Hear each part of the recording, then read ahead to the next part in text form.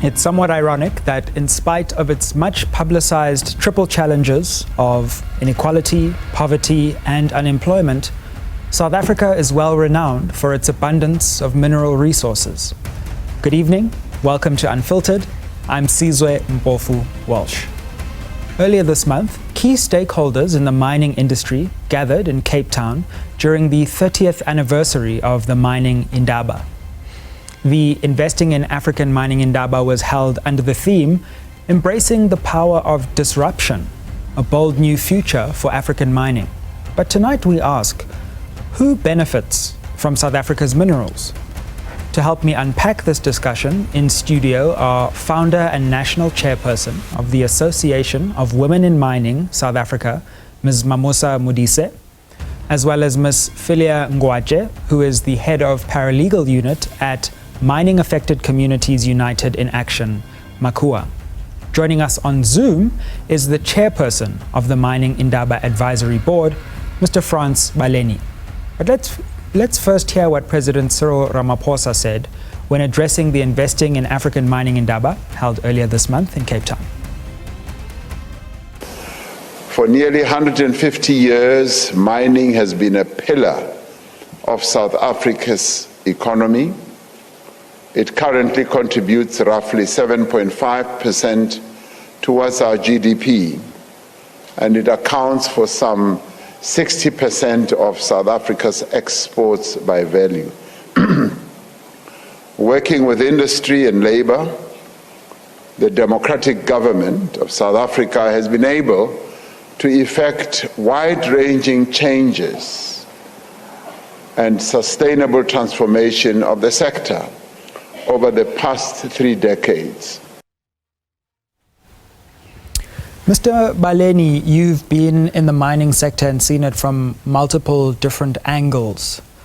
We come from a history of exploitation in the sector before 1994.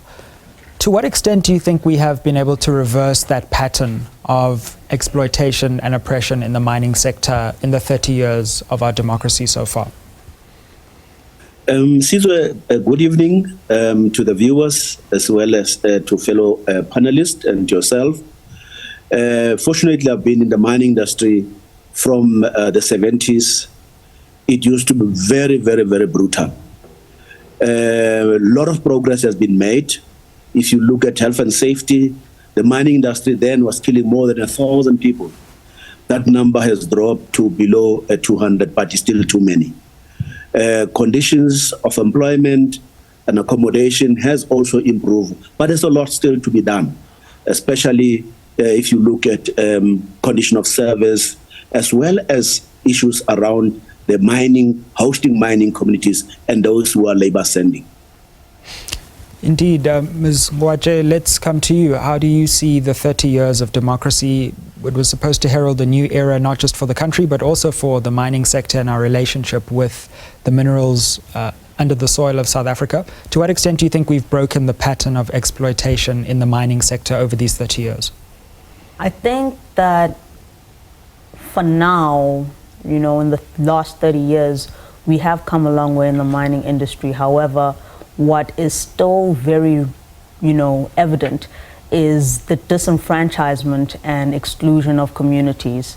The fact that communities are not reaping the benefits of mining in the ways that they should is still very evident in the mining communities that exist. And this is seen by the fact that mining companies operate predominantly in, impoverished rural areas. And we don't see development in those areas. So I think that there's still a really long way that we can go. However, when we talk about health and safety in the mining sector itself, that perhaps has come a long way. Indeed. Ms. Modise, what are your thoughts on the last 30 years and whether we've been able to break the pattern of exploitation that has so characterized this industry before the democratic era? Thank you so much, Sizwe. I'm very honored to be part of this panelist. Having been in the mining industry and having been a mine worker, we have seen a lot of challenges, and as a WIMSA then, that's why then we thought to, when we found this association, to make a difference how do we make a difference? I'll tell you something. Around the Northwest minings, there are a lot of recession taking place. A lot of mines are being closed down, and there's communities, doorstep communities around those mines. How do we then, when we talk of empowerment, how do we then empower where else there's a lot of recession going on around our mining communities? I'll give you 2 examples around Northwest, the mines that are closed and the recession that is going on at the current moment with Anglo American, with Sibanye Stillwater, and also with the 2 mines that are closed. It's Batlako Mine. Batlako Mine has been closed for decades now. And look at the community around there. When we physically go there, it's still a problem. So we want to come together as governments, as mining CEOs, the chiefs of those communities and the communities as well, to say how do we then come on board to reopen these mines so that they can make an impact in our communities, so that they can also have have a job to do. And also this one of PPM, the mine is closed at the current moment. It's of recent that the mine has been closed. And how do we then make sure that those mines, we are keeping the jobs of the employees there, around there. So it's a bit tricky in terms of how do we save our mines to be in operational. Mr. Baleni, on that point, it seems as though the industry is under some pressure. We're seeing reports of potential new job cuts. On the one hand, the industry has this responsibility to the wider nation, given its centrality and its importance in development. But on the other hand, it seems that the industry is also under pressure itself to remain financially sustainable. And of course, that has impacts on the question of unemployment. How do you see where the mining industry is right now, and what kind of pressures are we seeing on the industry? Look, the mining industry, I regard it as still a sunrise industry. Sizwe, if you look at the PGM, South Africa is very strong as we speak. Gold mines are on decline. Coal and chrome are the bulk, you know. But the challenge is failing infrastructure like rail and ports. And then you have the problem of lack of exploration. Those issues bring challenge because mining does not, you are not planting a mine.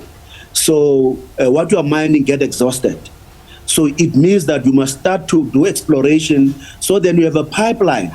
As you shut down this mine, there's a new mine, a shaft to be developed in order to absorb those workers who have been laid off. So there's a mismanagement insofar as those who have made wells to plow back insofar as exploration is concerned. Can I ask you, and stick with you, Mr. Baleni, do you think that the industry has really given back enough to South Africa? Because how do we square the sheer amount of mineral wealth at our disposal with these huge developmental challenges that we continue to have? And we just showed on the screen the tax contribution of about 89 billion a year. That's wonderful, but one would imagine that, you know, there's a lot more that can be done to contribute to the developmental goals of our country, given how much has been taken out of South Africa. There are two sides of the story, yes, Israel. On one hand, the mining industry employs over 400,000 employees. Secondly, insofar as transformation, 39% are black-owned. We've got about 70,000 women in mining. But when it comes to wealth, Caesar, you would notice that most of the companies in terms of shares and ownership are foreign companies. They are the biggest beneficiaries. Whereas in other environments, mineral wealth supposed to benefit those who actually live in that country. So there are some instruments which need to be used in such a manner that the beneficiaries primarily should be South Africans, including the hosting communities. Ms. Ngoatje, how do you reconcile this massive mineral wealth that we have with the developmental challenges and the just huge amounts of poverty, inequality, and unemployment that we have. We've got this massive mining sector on the one hand, but we seem to have failed to translate that into meaningful outcomes in the lives of mining communities, but the country at large.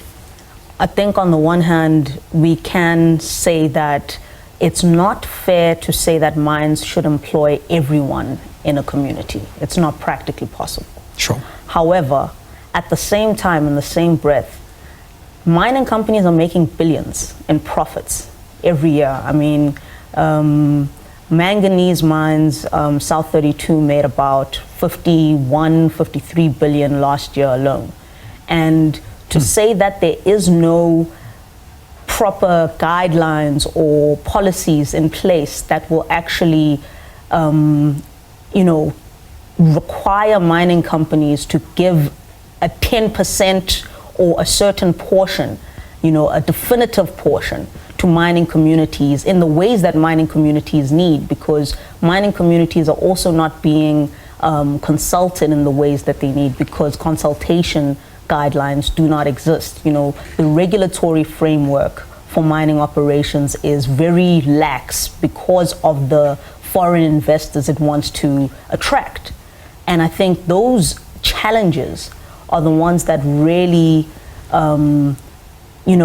take away from the benefits that mining communities and other people in South Africa could have. If we are trying to reach developmental goals, we should have certain targets placed on mining companies to actually give back to communities in certain ways, very definitive ways that we can measure.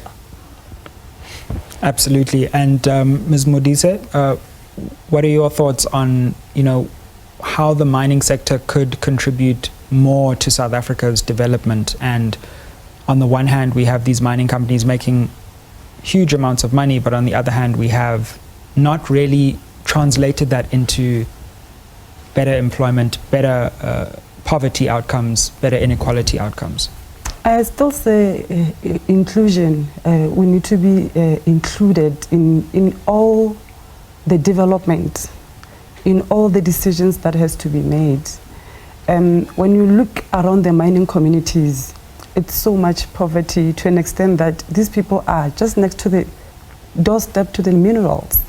But look at the community, the way how they live. There's a shortage of water. The roads are just disruptive. Like there's nothing going on that is proper. But then how the mines should actually come on board, even joint venture with the government to say, because our communities, they are the one that has to benefit out of these minerals. I will still also emphasize the fact that women also need to get an opportunity to have licenses to mine, whether on the small scale mining or on the larger scale mining, because we've got people or women that have licenses, but in terms of funding, getting funding to mine or getting the investors to mine, it's a challenge, it's a problem on its own. Then I think we have to look the other way around in terms of us benefiting from the minerals that we are so wealthy in this country. Indeed. We are in discussion about South Africa's mining industry. Who truly benefits from the wealth that we have at our disposal at this country, and how can we, following 30 years of democracy, usher in a new era in which our country benefits even more from its mineral wealth? We'll be back after this conversation with a segment that looks at government policy and the way that the state can play a role in the industry. Stick with us.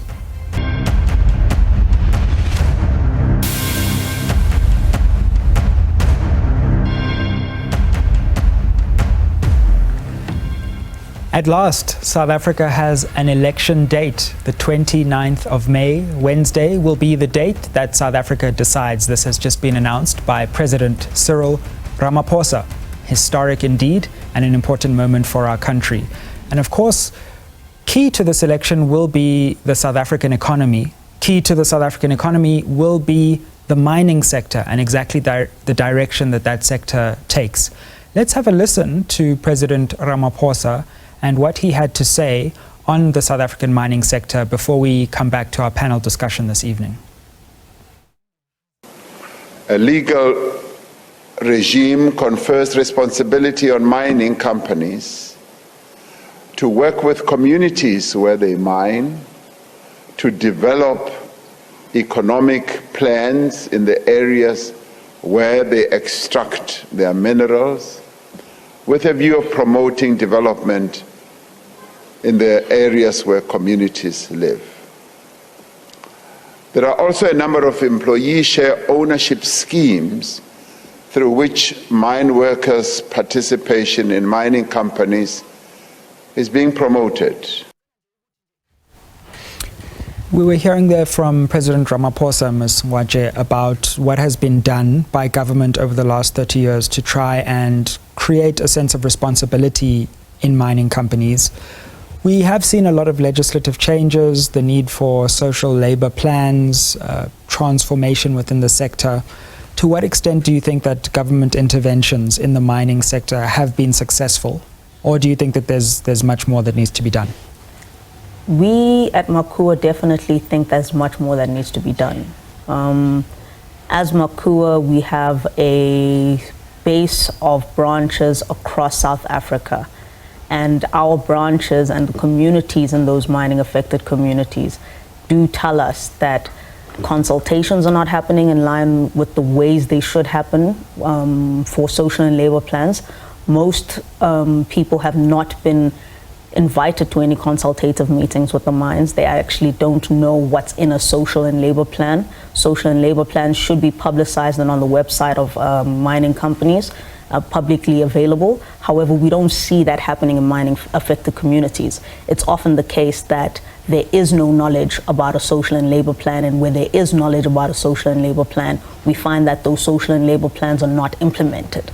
So when it comes to the certain regulations that have changed in the MPRDA, I think it's very significant to cite that the Department of Mineral Resources and Energy is not thoroughly monitoring the compliance of mining companies when it comes to implementing social and labor plans and the way that consultations should happen. We advocate for free, prior, informed consent because it's imperative that communities actually know what they're going into prior to being consulted. It shouldn't be a presentation. It should be a session where they're able to ask questions, they're able to engage on the material, but it often is also led in languages that might not be accessible to the community members in attendance.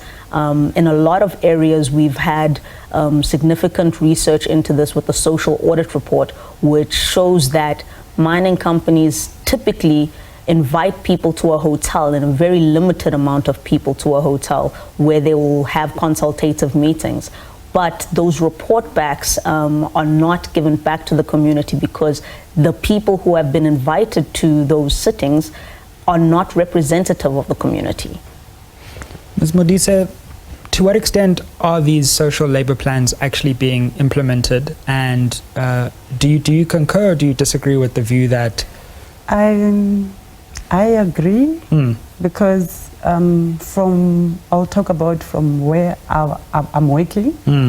I have seen a huge difference in terms of a social labor plan, and in terms of the women being in critical positions, and I no doubt about it. It has been a huge difference, and even to campaign and do the awarenesses around the communities. I've seen a lot of change so far because those awarenesses, and you know, as Women in Mining Association, when you call the mines, because I'll give an example. I've called about several mines when we're doing the community outreaches in terms of getting these communities to have the tangible projects that they can be able to have their sustainable income for themselves. Because just like my sister said here, it's not all of them that can work in the mining space. So we try to come up with the projects, and we collaborate with the mines, and they come on board. I've collaborated with Sibanye was on board in terms of getting these communities on a social labor plan. And the projects now, they do have the tangible project that they can point today as we speak. So there has been, I don't know about other mines, but from where I've been, I've seen a lot of change. Even in the mines, I've seen women occupying critical positions. So it has been good from our side. Mr. Baleni, what do you make of the legislative changes that have come in, and particularly this conversation has focused on social labor plans? It's an important step in theory, but one is always not sure in practice whether they're actually making the difference that they should be making. It's easier to have legislation and policies in place, and implementation and enforcement are two different things. We have progressive legislation and some policies and acts, but I think the shortcomings, as my colleague has said, insofar as enforcement and monitoring. If you look at a social labor plan, sort of community involvement, you've got the CSI, you've got community trust, where there will be a trust, and then you've got your normal social labor plan. For me, it would be better for the mines to go beyond what has been regulated and sort of policy issues, because they need the support of those communities. If they can do more than the legislation, the better. They are then protected. They will work hand in hand with those communities. The point again, communities not just want employment, business opportunities where they can supply the mine, ownership in some of these service they provide in the mine. That will help to assist the mines to live hand in hand with the communities, to operate hand in hand with communities. Ms. Ngoatje, the view that's come from some of our other panelists is that, look, it isn't perfect, but this has been a major step forward with the social labor plans. However, I am reminded of instances like Marikana, where there were plans to build all kinds of houses, and at the commission it appeared that I think 3 or 5% of those houses had actually been built. Your organization has done a lot of work actually monitoring the plans against what has happened in reality, and it seems that when you actually go to some of the places, some of the community projects, even though it may be written in a report that it's been implemented, sometimes the reality on the ground is quite different. 100%. We have found that approximately 80% of mining companies do not actually implement their social labor plans the way they're supposed to. In the Northwest, in particular, we visited, Fadwal and Springbok Ban. They have a clinic which was in the 2013 social and labor plan of a mine that operates nearby them. That clinic is literally just a house. You can say the project is there, but it's a building. There's no operations happening in it. They still depend on a mobile clinic, and we cannot say it has been impactful. If we're going to look at these social and labor plans, we literally have to think of them as sustainable projects that will impact the communities for a long time after the mine is gone, because mining is not going to last forever. And we're just not seeing that impact. We're not seeing that sustainable impact. We've got a social audit report out. We've got Manganese Matters, which looks at the manganese mines in the Northern Cape and how they're impacting communities' health and other human rights abuses there. But when we talk about the social and labor plans and the projects they're in, we can see a fundamental indifference by a lot of mining companies not to implement because they're not being monitored. And that is the struggle. Although we can also say that some mining companies are complying, we cannot say that the majority is, because out of the ones that we've audited, and that's 10 mining companies that we audited in our last social audit report, only eight actually hadn't successfully implemented any of the projects in their social and labor plans. Ms. Modise, both Mr. Baleni and Ms. Ngoatje seem to be suggesting that we have a problem with enforcing these plans. So it's basically down to the mine and whether it, out of the kindness of its heart, will do what it says it's going to do. But there's no way of really making sure that the mine can do that. Is that your experience? And do you think that government and the state is doing enough to hold these mines to the law? I think monitoring and evaluation is is also important because, like my sister said here, some mines are compliant, some mines are not compliant. And when you look at the rate, the unemployment rate at our mining communities is very high. I'll give you an example of the graduates that are just from university. And in our database, we have a lot of them. And they are sitting at home and they are around it. Some they did mechanical engineering, some they did metallurgist, but they are home around those mining communities. That's where then those people were supposed to be considered. How do we then consider them? That's why then even us as AWIMSA, we went as far as engaging with the University of Johannesburg to actually give them the program to advance their education.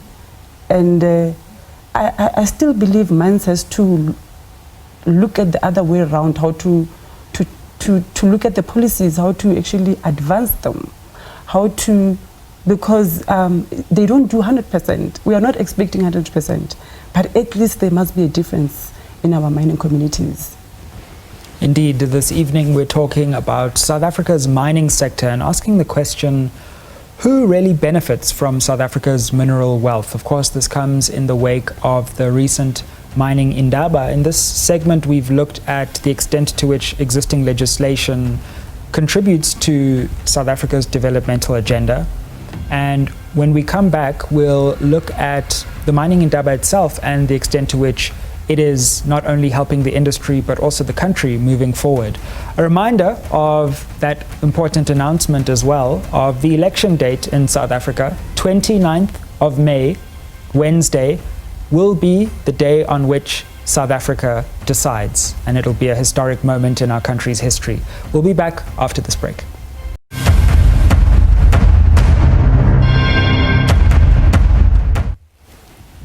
Welcome back to Unfiltered. The mining sector is central to the South African economy, central to its growth, but also its developmental outcomes. And it's one key lever that we can pull on questions like unemployment, inequality and poverty. And tonight, we're discussing the mining sector in that context. Mr. Baleni, of course, you are the chairperson of the Mining Indaba, and this is a fixture on the South African political and economic calendar.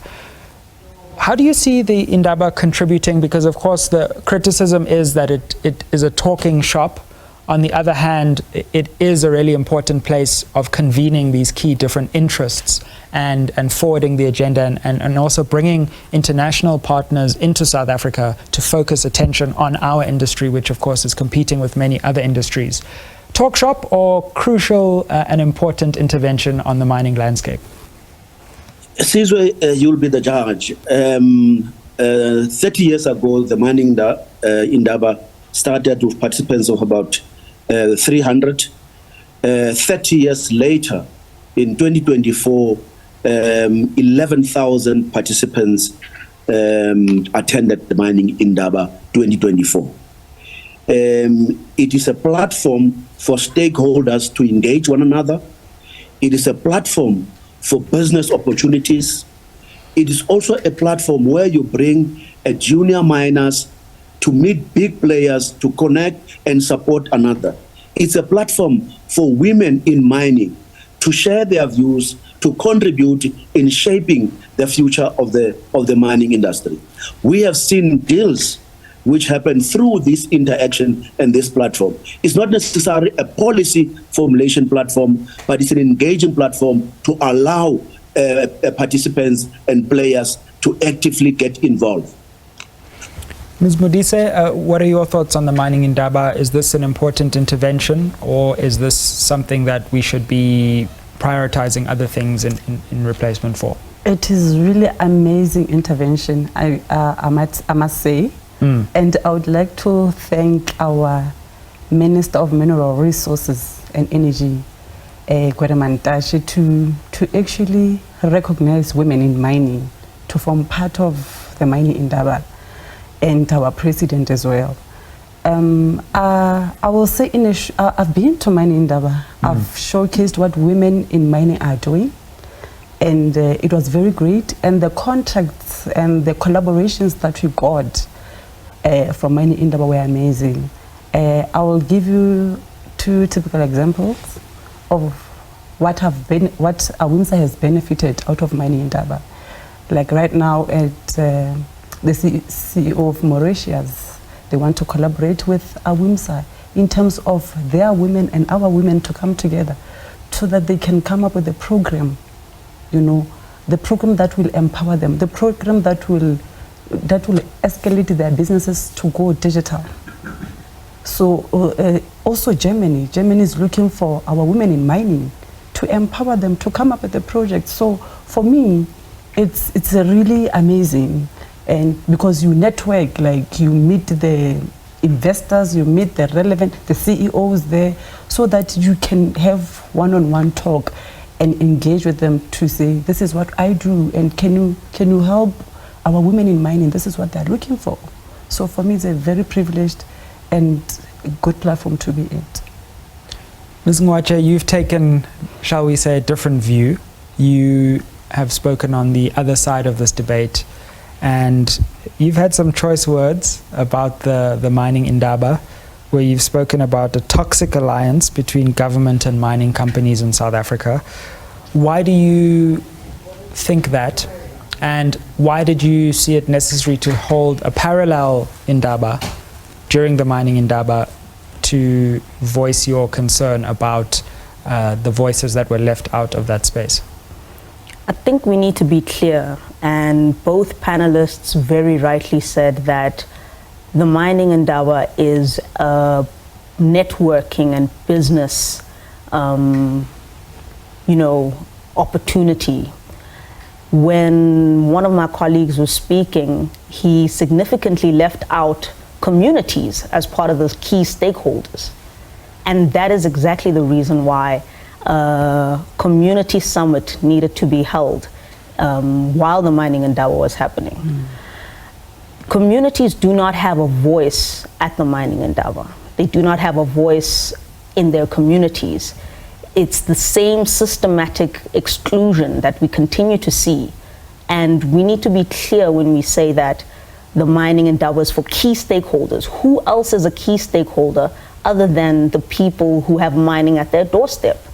And that kind of exclusion really erodes the ability to participate in forums such as the mining Indaba. So we vehemently stood against it because of the exclusion it perpetuates.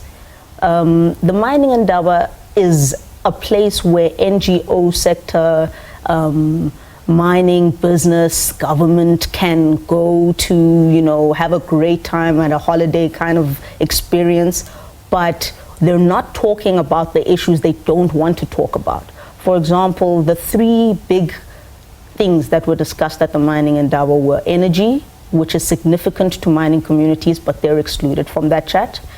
It was logistics, which is significant to communities because they should be getting the procurement opportunities to provide the logistics for certain mining companies, where possible, as well as the fact that, they have to deal with the dust pollution that actually results from the trucks moving in and out of their communities on a daily basis. And it was also, how the mining sector can grow. But when we talk about growth of the mining sector, are we really going to exclude a significant portion of marginalized people that deal with mining on a daily basis? Some even have it in their backyard. So that's the issue. Mr. Baleni, what do you make of that criticism of the Indaba? My first participation of mining Indaba was to protest outside the mining Indaba. I was the leader of the union at the time, and the demand we made was that nothing about us without us. And today, I participate as a retired person from Labour. I participate, having been invited to lead the mining Indaba. And the first thing we did was to engage the alternative mining Indaba. As we speak, we've got trade unions, we've got NGOs, we've got some communities, we've got traditional leaders who are participating in mining Indaba. Obviously, it's not possible in one event to have everybody. You spread, you have 2, 3 coming from different areas to participate. And views can be expressed in any way, in any platform, in order to shape the future of this country. It can't be deliberate that there's intentional exclusion. When we came there before, it was excluded, it was business and government. Today, an attempt has been made to be inclusive. Ms. Modise, what are your thoughts on the need to include communities, but also what Mr. Baleni says, where you can't have all different stakeholders at the same time? I think with me, with me, the community was included because for me to attend, I was attending on behalf of the community as a woman in mining that is doing business with the mines, that is around the mining communities. And basically we are focusing on the mining communities. And that's what I'm saying, the projects that are coming up now from Germany and Mauritius, they are for the communities that I went there for. So that's why I agree with that when he says it's not everybody that can be in the mining Indaba. The NGOs, the unions, and the mining stakeholders, when they're there, I think we are there to represent where we come from, what we're there for. So for me, community was included. I was there on their behalf. Ms. Ngoatje, how do you intervene in the debate, given the responses of Mr. Baleni and Ms. Modise? We would still be of a position that although it is difficult to convene everyone in the same space, are the people that are actually going to the mining Indaba truly representative of their communities? I hear Ms. Modise speak when she says she went on behalf of the community. She carried a community mandate and has been doing that work. And that is what is important. When we have too many stakeholders who do not carry a mandate, because that is what is really the bone to what would be representative.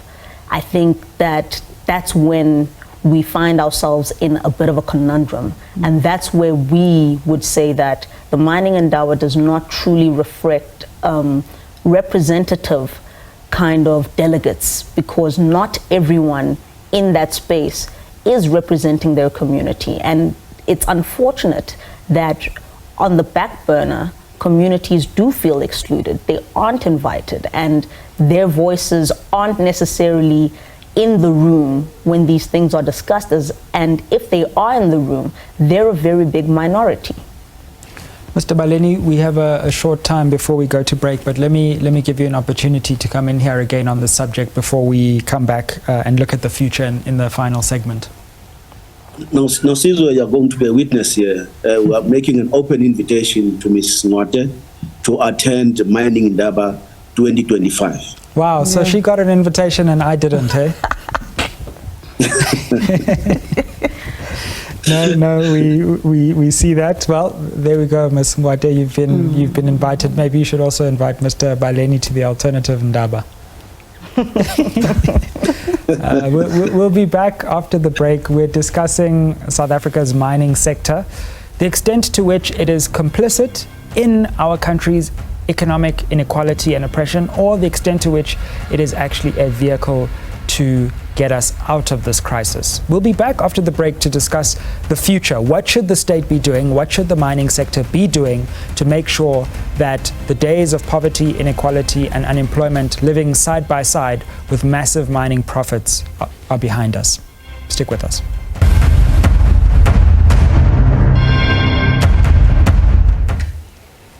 Welcome back to Unfiltered. Let's take a listen to the Minister of Minerals and Energy speaking about the need for new directions in the future, and particularly exploration, and we'll come back with our concluding segment to look at the future and where we need to go from here in the mining sector.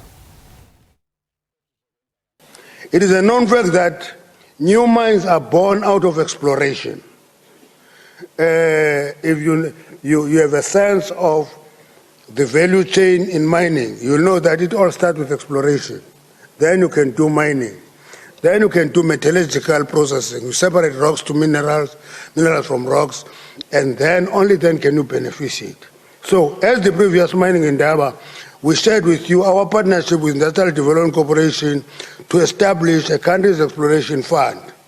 I'm happy to announce that we have passed all the regulatory hurdles and approvals for the establishment of the fund, which paved the way for us to officially launch the fund. And from tomorrow, you can talk to us. That fund is available. It's not for big companies, it's for emerging and developing small companies that want to do exploration. Welcome back. Ms. Modise, I wonder if we can start with you. We heard from the Minister there about some of the plans and the new directions that the department wants to go in. Where to in the future, and what do you think government and mining companies can do to create a more fruitful and productive and just mining sector? I think, like, I'll go back a little bit, that we need to be inclusive. And mining communities must be revisited. The mines and the governments must collaborate in terms of revisiting the policies again, because if we're still going to go with the same policies, we're not going to make any difference or any change. I think everything needs to be revisited so that there can be amendments and change in terms of empowering mining communities and also empowering women that are doing businesses with the mines. And there has to be women consideration in terms of the supply chain in the mining sector. What do you think can be done to bring more women into the mining sector in various ways? Because of course this is a key focus of yours. How do we take the next step to make sure that it becomes a more inclusive sector in terms of gender? It's all about each mine. It's all about mine being compliant. And if our Minister of Mineral Resources and Energy can enforce that women needs to be included in a procurement space. And there's still a shortage number of women that are not doing businesses with the mines. And that has to be done under the enforcement from our Minister of Mineral Resources and Energy. Mr. Baleni, your thoughts about the future of the mining sector and particular interventions that you'd like to see from the state and mining companies that can create a more just sector? For me, what is critical, Sizwe, the Minister touched on it, is exploration. Government and the players need to be more aggressive on exploration. Without exploration, we are not building future mines. Secondly, the minerals of the future. We speak about cobalt, copper, nickel, manganese, lithium, and PGM. What is the strategy? And not only limited to South Africa, but linking to the continent so that investors don't run away from you and go next door in Namibia. So there must be sort of connectivity of our strategy in the continent. The third one is issue of beneficiation. That government have been talking about beneficiation, but little has happened. So in order to create growth and development, community involvement, let's have beneficiation right next to where the plant is operating, where the shaft it is, in order to develop the economy at large. Absolutely. Ms. Ngoatje, what are your thoughts about the future? What kind of policy steps would you like to see taken, changes in the law, and just steps on behalf of mining companies themselves? We believe that transparency is key. So, for example, with this new licensing system that's coming into play, if they can do that with licensing, where it's online, people are able to view it, we believe that the same thing can be done with social and labor plans, mining rights, because they're not, secret documents, they're public documents. So we should be able to access and have an online repository for certain kinds of informations that, impact communities. So transparency would be key to put into the legislation. Secondly, when we talk about the MPRDA, it needs to be amended in significant ways to include meaningful consultation as a must, include things like free, prior, informed consent and guidelines on that, and how to actually consult a community whereby it's not just ticking your name or signing your name on a register.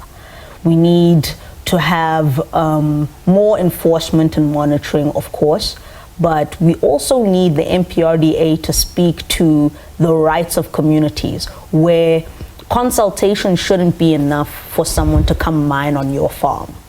There should be consent. And I know there have been judgments that do, really develop the law to show that consent should be a requirement for mining companies to operate in someone's farm, etc. However, that needs to be built into the law definitively. So we suggest that we need to scrap the MPRDA as it is at present, because it gives too much power to industry to do as they please, as well as the minister to override everything. More power needs to be given to communities actually affected by the mines. So looking into the future, we really need transparency and to amend the MPRDA. I think that's pretty clear. Let's take a look at what you have been saying on social media, and I'll put that to my guests as they make their concluding thoughts and concluding remarks. So let's take a look at what some of you have been saying on X. I believe we have some X's. Barry says, the people who are benefiting from our precious minerals are mostly foreign investors. And I think we have one other comment, and that's Mzuvugile. The Freedom Charter says that the people shall share in the country's wealth. The opposite is happening because only the owners of the mining companies are beneficiaries of the country's wealth. That is another betrayal of South Africans by the ANC. As we conclude the show and with concluding thoughts, Mr. Baleni, let me start with you, because one of the tweets actually said something that you alluded to earlier, which is the extent of foreign ownership in South Africa's mining sector. And could you reflect on how we make sure that South Africans benefit and that the profits that are generated in South Africa's mining aren't just exported overseas? I think we need sort of a bit of a policy legislation to manage that, because it is foreign-based shareholders who comes with dollars and euros and pounds to buy, because South Africans will be struggling to get funding. Women will be struggling to get funding to buy a stake. So if there is a bit of regulation, for example, in China, you can't go and own, as a foreigner, 100%. You name it in other countries as well. So there need to be a curbing in such a way that also the outflow of the wealth should not be just be liberal. Absolutely. Ms. Modise, we don't have a lot of time left, but any final thoughts that you'd like to share? I think with the investors that come in our country to invest in our minerals, can there be any sort of like, when they partner with us, so that we can also benefit from these minerals? They only come and invest and take all the money, and we are left like that. Can we do subcontract? Is there a way that we can subcontract with them in our minerals so that we can also benefit? Indeed. And Ms. Ngoatje, we'll give you the final word. I think for us, a lot of the foreign investors that come in are problematic because they own mines but disappear when it's time to do rehabilitation and such things.